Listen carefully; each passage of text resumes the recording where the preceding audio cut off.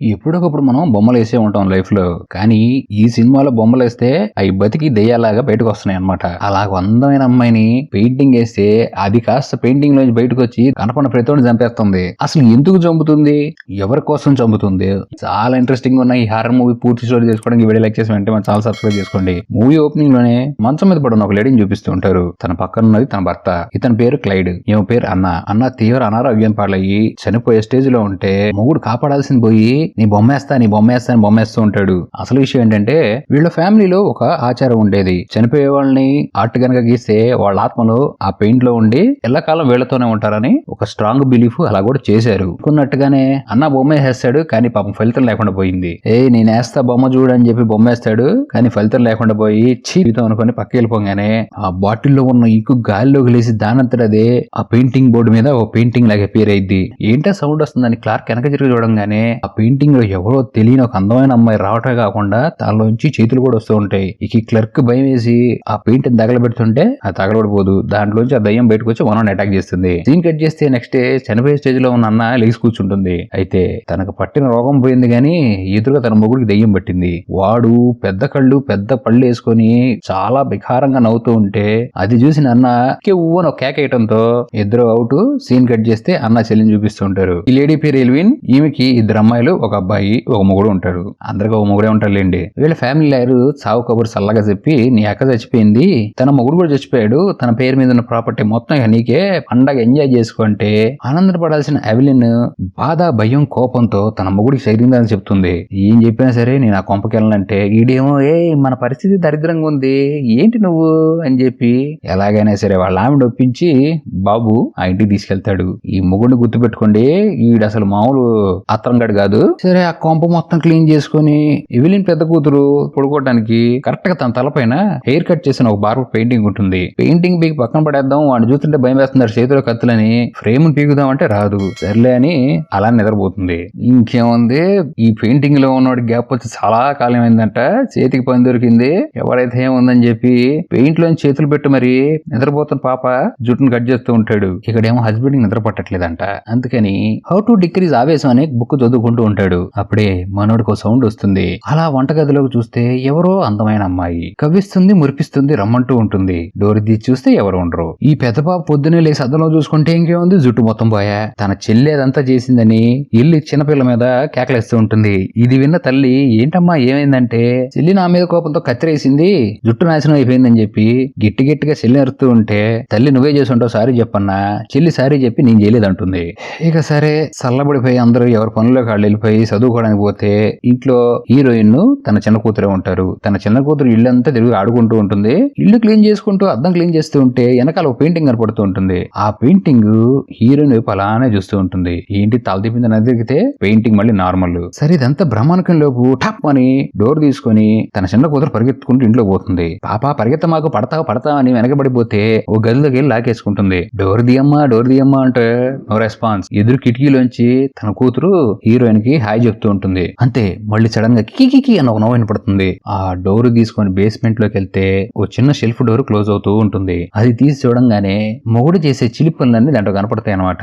ఇక అది తీసుకొచ్చి హీరోయిన్ మొగుడిని పట్టుకుని బూతులు తిరగడం స్టార్ట్ చేస్తుంది. ఇక మళ్ళీ రాత్రి అవగానే అంతా సైలెంట్ అయిపోయి పెద్ద కూతురు నీట్ గా తలదూకొని వెనక్కి తిరిగి చూడంగానే ఆ పెయింట్ గాడేమో తన వైపే చూస్తున్నాడు. భయం వేసి ఆడి మొహం మీద ఒక గుడ్డ కప్పుతుంది. అలా పడుకుంటే వాడు ఆ గుడ్డలో చేతులు పెట్టి మరి పాప చుట్టూని కత్తిరిస్తాడు. మెలకు వచ్చిన పెద్ద పాప కళ్ళు తెరిచి చూస్తే ఎదురు ఎవరు ఉండరు. ఇదేం కోలరా బాబు అని చెప్పి రూమ్ తన చెల్లి వచ్చిందేమో బయటికి వెళ్ళి చూస్తే క్లాత్ లోంచి ఓ మనిషి మొహం బయటకు వస్తూ ఉంటుంది. అలా అది పెయింట్ కింద పడిపోవడంతో ఇక భయంతో తను అర్మాన్లోకి వెళ్ళి దాక్కుంటే ఆ కత్తిరి పట్టుకున్నాడు వెనక నుంచి వచ్చి ఈ పెద్ద బాబు జుట్టు మొత్తం కత్తిరిచేద్దామని తెగ ప్రయత్నిస్తూ ఉంటాడు. ఎందుకో వీడికి అంత పిచ్చి మరి. ఇక గట్టి కేకలు పెట్టడంతో ఇల్లు మొత్తం పరిగెత్తుకుంటూ ఈ పెద్దబాబు దగ్గరికి వస్తారు. జరిగింది మొత్తం చెప్పి పెద్దబాబు టెన్షన్ పడిపోతూ ఉంటే ఎందుకమ్మా అసలు ఎవరు వస్తారు, అట్లా జరిగిద్దా, ఎందుకు అంత కంగారు పడుతున్నావు, ఈ పెయింటింగే కదా పీకి పక్కన పడేద్దాంరా కొడగా అని చెప్పి అబ్బా కొడుకులు ఇద్దరు కలిసి ఆ పెయింట్ ని బడిపడేస్తారు. అయితే ఇదంతా చూసిన హీరోయిన్ పొద్దున కూడా నాకు చాలా వింత సంఘటనలు జరిగినాయి, ఈ కొంపలో ఏదో ఉంది వెళ్ళిపోదావా అంటే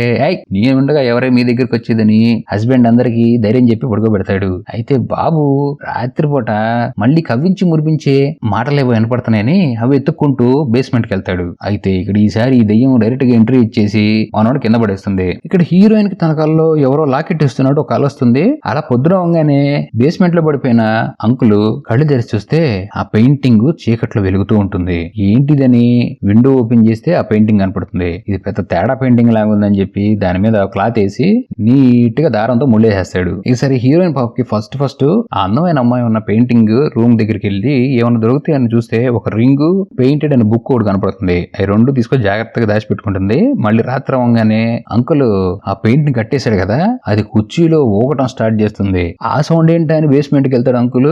ఇక్కడ హీరోయిన్ కి ఏమో ఎవరో పిల్లలు పరిగెత్తున్నట్టు మాటలు వినపడటంతో బయటకి చూస్తే నిజంగా నా పిల్లడు పరిగెత్తుకుంటూ వెళ్ళి పెయింటింగ్ లో దూకుతాడు. ఓ పెయింట్ లా మారిపోతాడు. నా భ్రమేమో అని వెనక్కి తిరగగానే ఆడు మళ్ళీ బయటకు వచ్చి నన్ను కనిపెట్టు అని పరిగెత్తుకుంటూ పోతాడు. భయపడ్డ హీరోయిన్ వెనక్కి తిరిగి చూస్తే ఆ పెయింట్ ఫ్రేమ్ ఖాళీగా ఉంటుంది. ఇక మళ్ళీ ఆ పరిగెత్తున బొడ్డోడు వెనకాల వెళ్తే వాడేమో ఓ చోట దాక్కొని హీరోయిన్ బేస్మెంట్ దోసి పద్దొప్పుతాడు. అంతే. ఇక్కడ హీరోయిన్ పెద్ద కొడుకు నిద్రపోతూ ఉంటే సముద్రపు అలల సౌండ్ వస్తూ ఉంటాయి. తన ఎదురుగా ఉన్న పెయింట్ ని చూస్తే దాంట్లోంచి పెయింట్ కారుతూ ఉంటుంది. ఏంది ఇది ఇట్టగారుతుందని దాని దగ్గరికి వెళ్తే పెయింట్ మనోడు మొఖాన్ని పట్టుకొని లాగేస్తూ ఉంటుంది లోపలికి. ఇక ఈడు భయంతో గట్టిగా అక్కడ డోర్ని కొట్టుతూ కేకలేస్తూ ఉంటే సమయానికి వాళ్ళ నాన్న వచ్చి పెద్ద కొడుకుని కాపాడుకుంటాడు. అంతే. రాత్రి ఈ కొంపలో ఏదో ఉందిరా దరిద్రం అని చెప్పి ఫ్యామిలీ మొత్తం జంపు. అసలైన మెయిన్ క్యారెక్టర్ హీరోయిన్ ఏది నెతుక్కుంటే పెయింటింగ్ లో ఉన్న దెయ్యం పాప బయటకు వచ్చి సరదాగా ఓ లుక్ వేస్తుంది హీరోయిన్ వైపు. హడలు చచ్చిన హీరోయిన్ టార్చ్ లైట్ వేసి చూస్తే ఖాళీ కూడా ఏం ఉండదు అక్కడ. ఆవిడేమో బేస్మెంట్ లోంచి అరుస్తూ ఉంటుంది. ఇక ధైర్యం చేసి మళ్ళీ ఫ్యామిలీ మొత్తం లోపలికి వచ్చి ఫ్యామిలీ మొత్తం కలిసి వెనక్కి చూడకుండా మళ్ళీ ఇంటికి వచ్చేస్తారు. ఇక్కడ హీరోయిన్ ఏమో ఇల్లు క్లీన్ చేసుకుంటూ అక్కడ జరిగిన సంఘటనల గురించి ఆలోచించుకుంటూ చాలా భయపడిపోతూ ఉంటుంది. ఇక్కడ హీరోయిన్ కు డౌట్ వస్తుంది. ఆ రోజు నైట్ తన అక్క సూసైడ్ చేసుకుని చనిపోయింది. తన భర్తే కావాలని మంత్రాలు చదివి ఆ పెయింట్ లో ఇరికించడానికి ఇలాంటి శుద్ర పూజలు ఏమైనా చేశాడా అని దీని గురించి తెలుసుకోవడానికి తనకు దొరికిన బుక్ ని తీసుకొస్తుంది. ఆ బుక్ మీద ఒక అడ్రస్ ఉంటుంది. ఆ అడ్రస్ ఎత్తుకుంటూ వెళ్తే ఇక్కడ ఈ దెయ్యాలు ఇంటికి కూడా వచ్చేసినాయి. పెద్దమ్మాయి చిన్నమ్మాయి ఇల్లు సరి చేసుకుంటూ ఉంటే పెయింటింగ్ లో కనపడ్డాడు ఒక బొడ్డోడు. వాడు చిన్నమ్మాయిని ఆడుకుందాం రా అని చెప్పి ఓ బాక్సుల్లోంచి గృహంలో తీసుకెళ్లిపోయి పాపం లాక్కెళ్ళిపోతూ ఉంటే పెద్దమ్మాయి కాపాడుతుంది. ఇక బయటికి తీసుకొచ్చిన తర్వాత ఈ పెద్దమ్మాయి కొద్దిగా ముందుకెళ్ళి చూస్తే ఈ దెయ్యం అన్న ఫోటో ఫ్రేమ్ వీళ్ళు వెనకాలే వచ్చింది కొంపలోకి. ఇక ఇక్కడ హీరోయిన్ పాప ప్లేస్ కి వచ్చింది కదా. అసలు మూవీలో ఫ్లాష్ బ్యాక్ మొత్తం బయటకు తెలుస్తుంది. 70వ శతాబ్దంలో చనిపోయే వాళ్ళు వాళ్ళతోనే కలిసి ఉండటానికి పెయింటింగ్ రూపంలో వాళ్ళ పెయింట్లు వేసుకుంటూ వాళ్ళు చనిపోయిన తర్వాత ఆత్మలు అనేవి ఆ పెయింట్ లో చిరకాలం ఉండిపోతాయి అనమాట. అయితే దాంట్లో చాలా మంచి ఆత్మలు ఉన్నా కొన్ని చెడు ఆత్మలు కూడా వాటి సొంత ప్రపంచంలోకి బతుకుని వాళ్ళని లాక్కెళ్ళడానికి ట్రై చేస్తున్నాయి. ఇంత ప్రమాదకరమైన ఈ పత్యాపారాన్ని ఎప్పుడో మూసేశారు.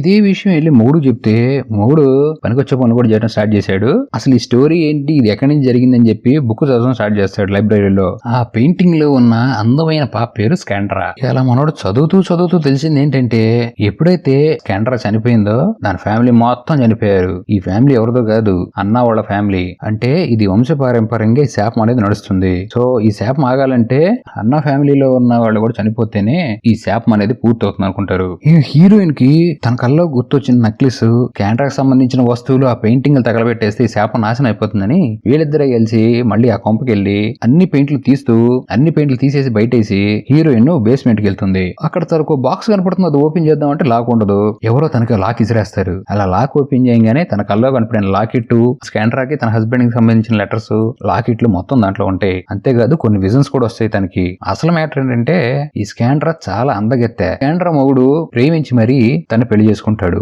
తన పెళ్లి చేసుకున్న 2 రోజులకి భయంకరమైన వ్యాధి వచ్చి తను చనిపోతూ ఉంటే స్కాండ్రాకి చనిపోవడం ఇష్టం లేదని తన జీవితం మొత్తం తన హస్బెండ్ తో గడపాలని ఆ పెయింటింగ్ రిచువల్ స్టార్ట్ చేయమంటుంది. అలా తన మొగుడు అందంగా బొమ్మ గీస్తాడు పాపది. అలానే ఆత్మను కూడా దాంట్లో ఇరికిచ్చేస్తాడు. ఈ స్కాండ్రియా ప్లాన్ ఏంటంటే నేను చనిపోయిన కొద్ది రోజులకి ఆత్మ నా పెయింట్ లో ఇరికిచ్చి నువ్వు కూడా చచ్చిపో, మన ఇద్దరం కలిసి పెయింట్ లో ఇరుక్కొని కాపురం చేసుకుందాం అంటే ఈ బాబుగాడు సైడ్ వ్యవహారాలు ఎక్కువయ్యి పెళ్ళం ఆత్మను పెయింట్ లో ఇరికిచ్చు కానీ ఈడు మాత్రం చావాలా. దాంతో ఈ స్కాండ్రియా పగబట్టి ఈ ఫ్యామిలీ మొత్తం లేపేస్తుంది అనమాట.